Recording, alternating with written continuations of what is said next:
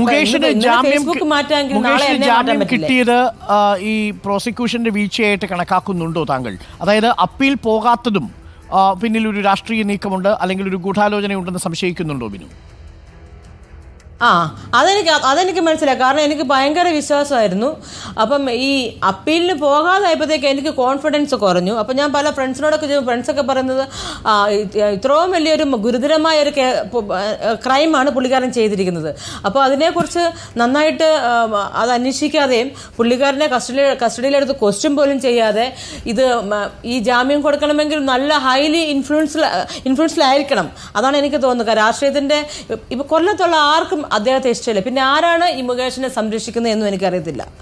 അപ്പം മുകേഷ് കോടതിയിൽ ചില തെളിവുകളൊക്കെ കൊടുത്തിരുന്നു. നിങ്ങൾ തമ്മിൽ വാട്സപ്പ് ചാറ്റുകൾ ഉണ്ടായിരുന്നോ? വാട്സപ്പ് ചാറ്റുകൾ ഉണ്ടായിരുന്നോ എന്ന് ചോദിച്ചാൽ 2009 വാട്സപ്പ് ചാറ്റുകൾ ഉണ്ടായിട്ടില്ല. പിന്നെയെന്ന് വെച്ചാൽ 2012 ഞാൻ പുള്ളിക്കാരൻ, കാരണം എനിക്ക് പുള്ളിക്കാരനോട് ഒരു ഇടപാടുണ്ടല്ലോ, ഞങ്ങൾ തമ്മിലൊരു ഇടപാടുണ്ട്. അപ്പം ഞാൻ എന്നെ അങ്ങനെ അങ്ങ് മറന്നു. എന്നെ പണ്ട് എന്നെ ഉപദ്രവിച്ച് തന്നെ, എന്നെ പീഡിപ്പിച്ച് തന്നെ ഓർമ്മയുണ്ടോ? അത് ഞാൻ അയച്ചിട്ടുണ്ട്. അങ്ങനെ ഞാനിപ്പോ 2009 ഈ ദുരനുഭവം ഉണ്ടാവുന്നത് അല്ലേ മിനു? 2009 നമ്മൾ നേരത്തെ പറഞ്ഞ രീതിയിലൊക്കെ മുകേഷ് സംസാരിക്കുന്നത് ഒക്കെ ബുദ്ധിമുട്ടുണ്ടാവുന്നത്. ആ 2009 ബുദ്ധിമുട്ടുണ്ടായി. ആ 2009 വാട്സപ്പ് ചാറ്റില്ല, കാര്യം വാട്സപ്പ് ഇല്ലല്ലോ. പിന്നീട് ഏതെങ്കിലും തരത്തിൽ ഈ മുകേഷിനെ ബന്ധപ്പെടാൻ നിങ്ങൾ ശ്രമിച്ചിരുന്നോ, ഫോണിലൂടെയോ അല്ലാതെയോ? പിന്നെ നമുക്ക് ഞാൻ അന്ന് അവിടുന്ന് പിന്നെ കേരളത്തിൽ നിന്ന് പോയില്ല. 2013 ആയപ്പോഴത്തേക്കും പോയി. പിന്നെ ഞാൻ അന്ന് ഒരു സിംഗിൾ പേരന്റ് ആയിരുന്നു. അന്ന് ഞാൻ സിംഗിൾ പേരന്റ് ആ സമയത്ത്. അപ്പം ഞാൻ ഈ കുഞ്ഞുങ്ങളെ അങ്ങോട്ട് പഠിപ്പിക്കുക. അപ്പം ഞാൻ കുഞ്ഞുങ്ങൾക്കാണ് പ്രയോറിറ്റൈസ് ചെയ്തത്. ഞാൻ കുഞ്ഞുങ്ങളുടെ എഡ്യൂക്കേഷൻ്റെ കാര്യം നോക്കണോ, അത് ഇവർക്കെതിരെ കേസുമായിട്ട് പോകണോ?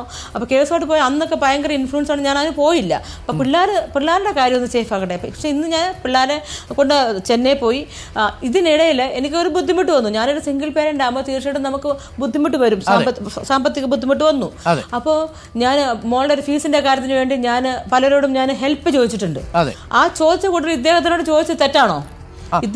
തനിക്കറിയാവുന്നൊരു സുഹൃത്ത് എന്ന നിലയിൽ തനിക്കൊരു ദുരനുഭവം ഉണ്ടായെങ്കിലും മുകേഷിനോട് പിന്നീട് ഒരു 3-4 വർഷത്തിന് ശേഷം മകളുടെ ഫീസിന് വേണ്ടിയിട്ട് താങ്കൾ പണം ചോദിച്ചു. അത് ഏകദേശം എത്ര രൂപയായിരിക്കും ചോദിച്ചിട്ടുണ്ടാവുക, ഓർമ്മയുണ്ടോ? നമ്മൾ സത്യസന്ധമായി പറഞ്ഞാൽ, കാരണം മുകേഷ് പറഞ്ഞിരിക്കുന്നത് ആ തെളിവുകൾ എത്ര രൂപ ചോദിച്ചിട്ടുണ്ടോ? ഇല്ലില്ല, ഞാൻ 25,000 ഞാൻ ചോദിച്ചു മോളുടെ എങ്ങനെ ഫീസിന് വേണ്ടി. അതുകൊണ്ട് അപ്പം തന്നെ പുള്ളിക്കാരൻ ദേഷ്യപ്പെട്ടു. സോറി കേട്ടോ, ഞാൻ ടൈറ്റാണ്, ഇത്ര പെട്ടെന്ന് പുള്ളിക്കാരൻ പറഞ്ഞു. അപ്പോൾ എനിക്ക് ഭയങ്കര ഫീൽ ചെയ്തു. അയ്യോ, എന്നെ പീഡിപ്പിച്ച ആളും കൂടെയാണ്. എന്നിട്ടും ഒരു കൊച്ചിൻ്റെ അതുപോട്ടെ, എനിക്ക് മെമ്പർഷിപ്പ് തന്നില്ല, പോട്ടെ, ഞാൻ അതൊക്കെ വിട്ട് ഞാനിപ്പോൾ ചെന്നൈയിലാണ്. ഞാൻ അവിടെ ചെന്നൈയിൽ മുമ്പ് എനിക്ക് പെട്ടെന്ന് അത്യാവശ്യം വന്നപ്പോൾ ഞാനിങ്ങനെ റോളൊക്കെ ചെയ്തിട്ടാണ്. ഞാൻ പിള്ളേരുടെ ഫീസ് അടയ്ക്കണം, വാടക കൊടുക്കണം, ഇലക്ട്രിസിറ്റി അടയ്ക്കണം. അപ്പോൾ എന്തെല്ലാം ബുദ്ധിമുട്ട് ഒരു സിംഗിൾ പേരന്റ് നോക്കണം. അപ്പോൾ ഞാനത് അദ്ദേഹത്തോട് ചോദിച്ചു. എനിക്കിന്ന് അതിലൊരു തെറ്റായിട്ട് എനിക്ക് തോന്നുന്നില്ല. റോൾ ചെയ്ത് ജീവിച്ച 25,000 മാത്രമേ ചോദിച്ചിട്ടുള്ളൂ മുകേഷിനോട് അന്ന്. 25 അന്ന് പുള്ളിക്കാരോട് ചോദിച്ചു. പുള്ളി അപ്പം തന്നെ എടുത്ത് എന്നെ ആക്ഷേപിക്കുന്ന പോലെ അന്ന് ഭയങ്കര അതിലും വലിയ വേദനയായിപ്പോയി. ഞാൻ ഇങ്ങനെ ചോദിച്ചു. അപ്പോൾ എൻ്റെ മോള് അടുത്ത് ഫ്രണ്ടിൽ ഇരിപ്പുണ്ട്, എൻ്റെ ഡ്രൈവറും ഇരിപ്പുണ്ട്. അവരുടെ മുമ്പ് വെച്ചാൽ ഹലോ മുകേഷ് ചേട്ടാ, എനിക്ക് ഒരു അർജൻറ്റ് കാര്യമുണ്ട്, മോളുടെ ഒരു അഡ്മിഷൻ്റെ കാര്യത്തിന് വേണ്ടിയാണ്. ഞാനിപ്പം അവിടെ നിന്ന് ഇറങ്ങിയപ്പോൾ കുറച്ച് 25,000 കുറവുണ്ട്. അവരെന്തോ ഊട്ടിയിലായിരുന്നു. അപ്പം എന്തോ 65,000 പെട്ടെന്ന് ഞാൻ കെട്ടണമായിരുന്നു. അപ്പോൾ എനിക്കൊരു 25,000 കുറവുണ്ട്, എന്നെ ഒന്ന് സഹായിക്കുമോ? ഞാൻ വളരെ പ്ലീഡിങ് ആണ് ചെയ്തത്, റിക്വസ്റ്റ്. ഒരു സിംഗിൾ പേരൻ്റെ വിഷമം നിങ്ങൾക്ക് മനസ്സിലാവുമോ എന്ന് എനിക്കറിയത്തില്ല. അത്രയും ബുദ്ധിമുട്ട് ഞാൻ ചോദിച്ചപ്പോൾ ഉടനെ എന്നോട് പറഞ്ഞു സോറി കേട്ടോ, ഞാൻ ഇച്ചിരി ടൈറ്റ് ആണെന്ന് പറഞ്ഞു. അപ്പോൾ എനിക്ക് അത് മനഃപൂർവ്വം. അപ്പോൾ എനിക്കൊന്നും പെട്ടെന്ന് ഐ ഫെൽറ്റ് വെരി ബാഡ്. അപ്പോൾ ഞാൻ പറഞ്ഞു ഓക്കെ സോറി കേട്ടോ, ചോദിച്ചിട്ട് സോറി കേട്ടോ എന്ന് പെട്ടെന്ന് വെച്ചു. അപ്പോഴും മനസ്സ് നീറിക്കൊണ്ടിരിക്കുകയാണ്. പിന്നെ